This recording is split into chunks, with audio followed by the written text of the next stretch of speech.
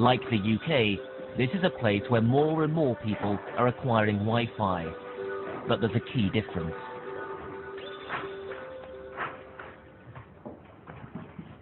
Okay, Sylvia. This is my living room. And today the painter has been here. And you see he has started painting black.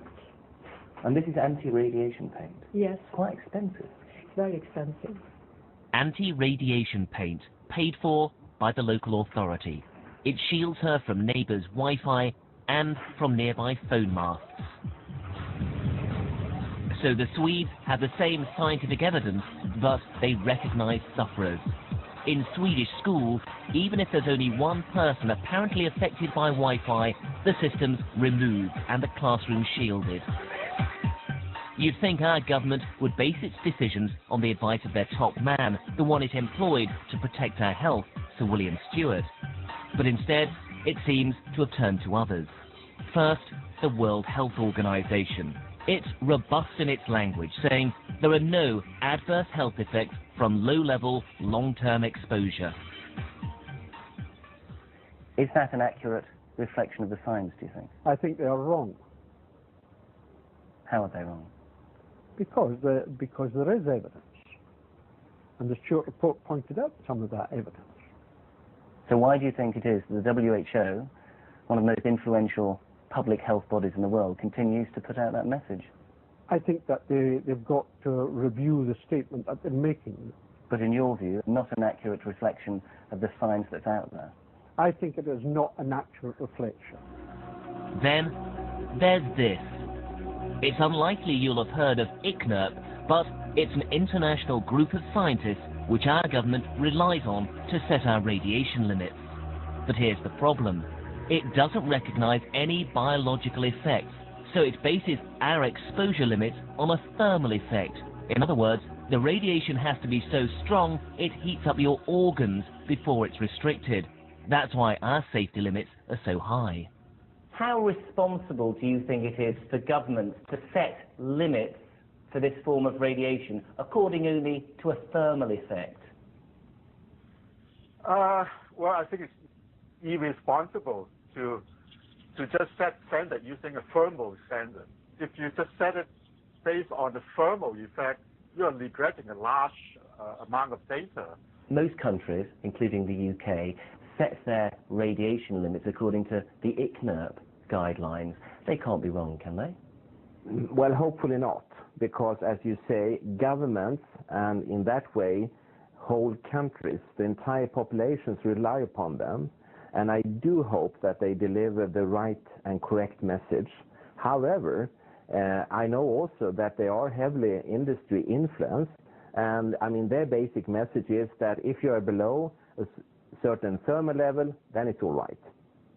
And are they right to set their guidelines only according to thermal effects? No. That's just rubbish, I would say. You know, you cannot put any emphasis on such guidelines.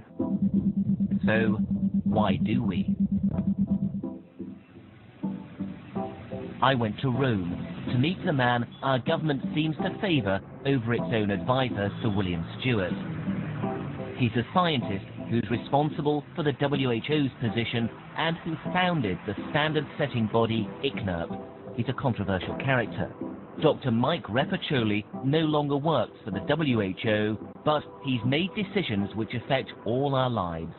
When you say on the WHO website there are no known adverse health effects, is that really giving people a complete picture of the science out there? When that statement was put on the website, it was meaning that there was no health effects have been established. And when an effect has been established, it means it's been repeated in a number of laboratories using very good study techniques. But Henry Lyon will say that he's found them. Ollie Johansson will say he's found them. I mean, there are a number of highly esteemed scientists who say they have found them well beneath those levels. Are they wrong?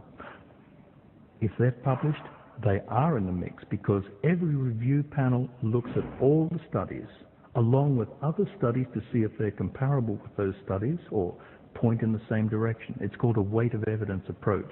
And if that weight of evidence is not for there being an effect or not being an effect, that's the only way you can tell whether there's really an adverse health effect. But here's the controversy.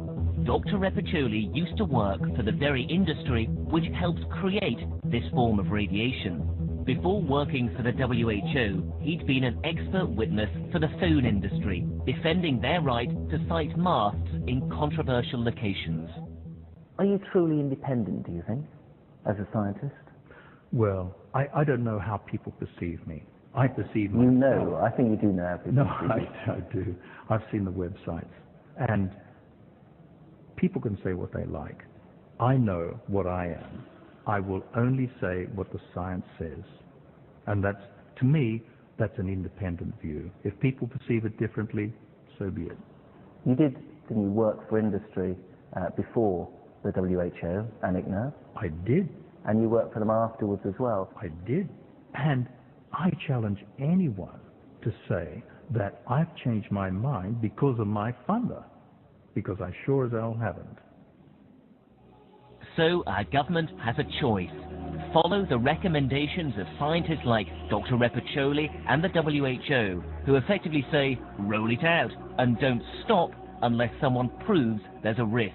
Or follow their own advisor, who says, hold on, don't rush ahead until we know for sure it's safe. Until that's resolved, is it our kids who've become the test bed? Would you allow your children to sit in front of a Wi-Fi enabled computer day in, day out as they're going to school? That's a tough question to answer. I don't think so. Yeah, I would limit the exposure to this type of radiation. I would recommend to parents to tell the school to remove Wi-Fi, and otherwise I would change the school even. Really? You take it that seriously? Yes, very. If you had kids who were at a school at the moment and there was Wi-Fi being rolled out, any concern at all? None whatsoever. I'd make sure they had laptops and they could pick it up.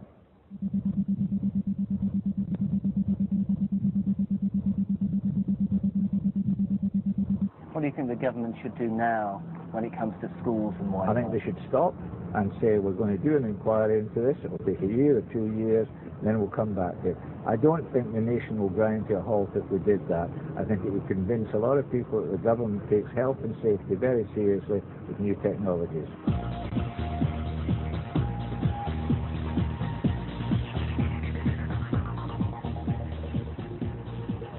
We asked the government for an interview about all this. It said no, and referred us instead to the Health Protection Agency. The chairman of that is Sir... Hang on a minute. It's Sir William Stewart.